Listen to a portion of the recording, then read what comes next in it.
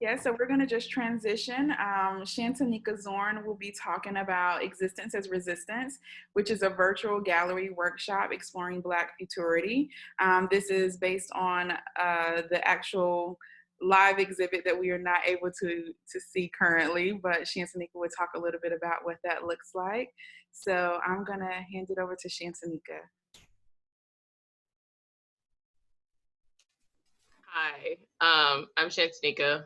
I'm sharing my screen. Not gonna lie, kind of nervous, but that's natural. Hey, Corey, I love you. She's my friend. Yeah, so I'm Shantoneeka. I am a second year master's student in college counseling student development. I'm one of the graduate assistants for the African American Cultural Center. Part of my role is to create workshops for the gallery exhibits throughout the year. Our most recent one is Existence as Resistance, the Magic in Blackness. So the presentation that you're about to see is a condensed version of the larger workshop that I created for the exhibit. The questions that guided me are, what do I want to say about Afrofuturism and existence as resistance? What does Afrofuturism say about freedom and liberation? Am I in over my head? I wasn't, and I'm still not. So Existence as Resistance, the Magic in Blackness is curated by the NC State's Women's Center in collaboration with the African American Culture Center. It's hosted in our gallery. We offer special acknowledgements to Jacqueline Perry, who I don't know is here, but we love her. Shout out to her, who took our photographs and made us beautiful. We're already beautiful, but she like amplified it. And to Joanna Ali, who led us in creating our community collective joy pieces. This exhibition was curated by Angela, who is the Assistant Director of the Women's Center and a doctoral student in the NC State Higher Education Program. Love her, shout out to her.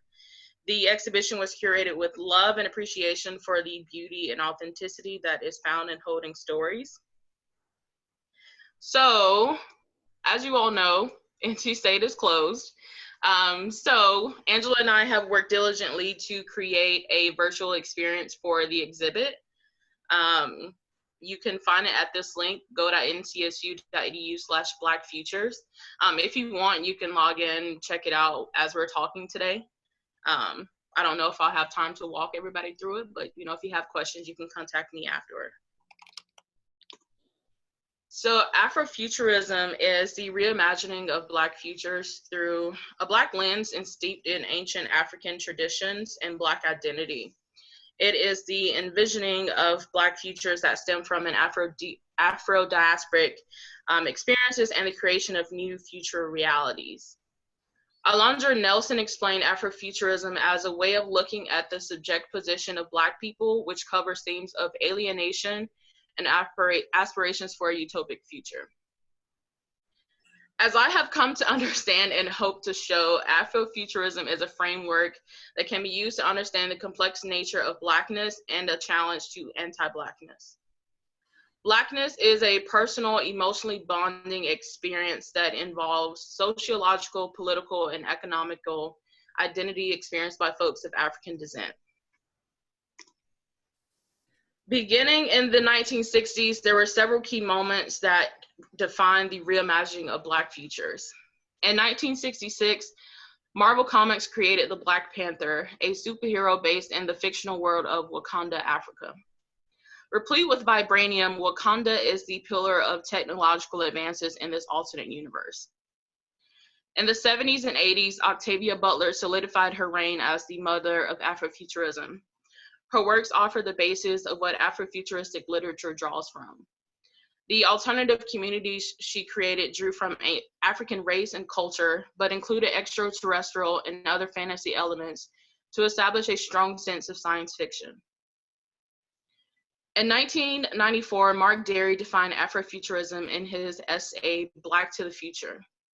Derry believed that African American voices have other stories to tell about culture, technology, and things to come. Alondra Nelson, a graduate student at the time, established the Afrofuturism online community in 1998. In her article, Future Text, Nelson helped to broaden the framework of Afrofuturism to include a deeper exploration of the relationship between technology and members of the African diaspora. In 2018, more than 5 decades after the Black Panther was printed by Marvel Comics, the Black Panther film was released. With the technological advances that took place in our own reality, we were once again able to experience an alternative depiction of modern-day Africa. Wakanda, once hidden behind the guise of a poor African country, reveals itself to be the most technological advanced place in the universe. Its leaders are Black, proud, and badass. Existence as resistance this exhibit has been a journey, y'all. A journey. I don't have no job no more, but I do, but I don't.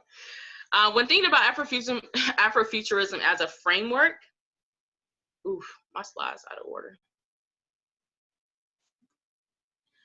When thinking of Afrofuturism as a framework to understand Blackness, it is important for us to also challenge anti-Blackness. In spite of everything that people of African descent have gone through, we still exist. That existence itself is an act of resistance. Anti-Blackness renders people of African descent categorically unacceptable as human beings, irrespective of their intelligence, character, competence, creativity, or achievements. Throughout our society, you can see the mistreatment of Black bodies. Black bodies are often at the receiving end of biological experiments. Think of the Tuskegee syphilis study, Henrietta Lack, whose legacy lives on, even though she does not. Police dogs and water hoses that were used to keep Black and brown folks down during the civil rights movement, and forced sterilization and branding that was most prevalent during slavery. Additionally, many of the technological advances in our society are the innovations of people of the African diaspora. For me, it wasn't until well into my early adulthood that I learned that the stoplights, red, green, and yellow, was the invention of a Black man. That shook me. And so my question for you all to ponder is, can you name a person of Black or African diaspora as an innovator and what their invention is? You don't have to answer this, we don't have time. I wrote like 20 minutes worth of stuff for 15 minutes. So I'll move on. When thinking about the value of lived experience and scholarship, again, there are several moments that have brought us to this point of understanding Afrofuturism as a framework. Just think about our collective experiences with COVID-19. I believe that COVID-19 is Afrofuturistic. It is a chance for Black folks to imagine new realities for the future and to demand them. New realities around our criminal justice system and the over-policing of Black and brown bodies. New realities around ability and healthcare, new realities around productivity and capitalism. Once again, Black people are taking the brunt of an infectious disease in the United States. The coronavirus is disproportionately infecting and killing African Americans across much of the South, a region where Black Americans are more likely to live in poverty and suffer from chronic disease. According to a recent Guardian article, Louisiana reported that 70% of their COVID-19 deaths were African Americans, despite only making up 30% of their state's population. Aisha Davis, Esquire, the director of policy at the AIDS Foundation of Chicago, stated that Black communities have always shown resiliency in the face of hatred, but we deserve a future where we are proven wrong about how much worse our health outcomes will be in relation to other communities. COVID-19 is Afrofuturistic, and it is anti-Black. This anti-Blackness, along with many other reasons, is why we must act now. Join a campaign to close the jails and stop the spread. In jails alone, 2 million people are in cages with little access to adequate health care and highly vulnerable to this epidemic. Challenge companies and demand that they pay employees a living wage of at least $15 an hour. Demand that landlords and mortgage companies suspend rent. This is how we can challenge COVID-19's anti-Blackness while reimagining possibilities for Black futures. Afrofuturism is scholarship. Oof, forgot about my presentation. Intersectionality. Though somewhat unintentional, the connections that I drew through our collective experience of COVID-19 is a perfect example of intersectionality at work. Now, it is not lost to me that you're all scholars and likely have an understanding of intersectionality. We live it every day. But so that Angela doesn't give me the side eye, I'll provide a definition. Every person carries a series of complex identities and backgrounds: age, gender, ability, status, religion, spirituality, race, ethnicity, SES level, affectional orientation and gender orientation, immigrant status, indigenous heritage, mental health status, etc. These identities form multiple perspectives of both privilege and marginalization, as one can be a minority in some statuses and in the majority in others. This complex intersection of identity is called intersectionality. Whenever I think about intersectionality and Afrofuturism, I think about Janelle Monáe's Dirty Computer. The album is a celebration of womanhood, queerness, and Blackness, a celebration of the intersection of these three identities. Join me, if you will, if you've seen it. Think of Pink as a video, and the ways in which Janelle Monáe celebrated women who live without vaginas, because having a vagina does not make you a woman. And not having a vagina does not invalidate your identity as a woman. If you've not seen it, I recommend that you do. Dirty Computer is a representation of intersectionality in the artistic form that is Afrofuturism, which is exactly what our exhibit is. So check it out. My offering for you today is to challenge anti-Blackness with 6-word poems. These poems are brief, yet they carry so much. They talk about the generational inequalities, the generational challenges that we face because of anti-Blackness. They're a challenge to anti-Blackness, and they're a call to action. Some of these are from some of the pieces in our exhibit. Others are from authors.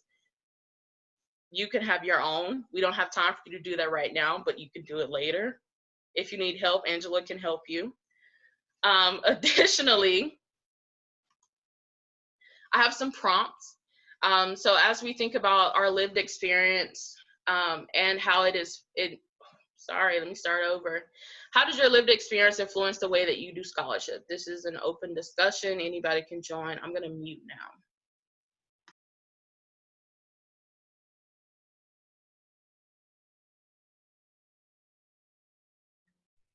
So we have about 2 minutes. If you'd like to discuss these prompts, you can do so verbally, or you can put them in the chat.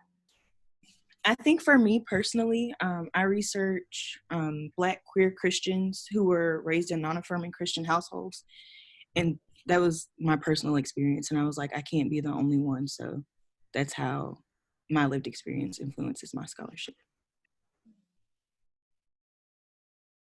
Thank you. Cool. Yeah, keep writing in the chat because I'm out of time. But if you would like to see the virtual experience again, you can go to go.mcsu.edu/blackfutures. If you have any questions, you can contact me, Shantoneeka Zorn. That's my email, or Angela, that's her email. Yeah, thank you. Thank you, Shantoneeka. Let's give some affirmation for such a wonderful, quick 15-minute presentation. If you are going to the poster presentations, you will have to log out of this meeting. There's a separate meeting for poster presentations, and there'll be someone there to greet you and do all of that stuff. Thank you so much. Again, thank you, Shantoneeka.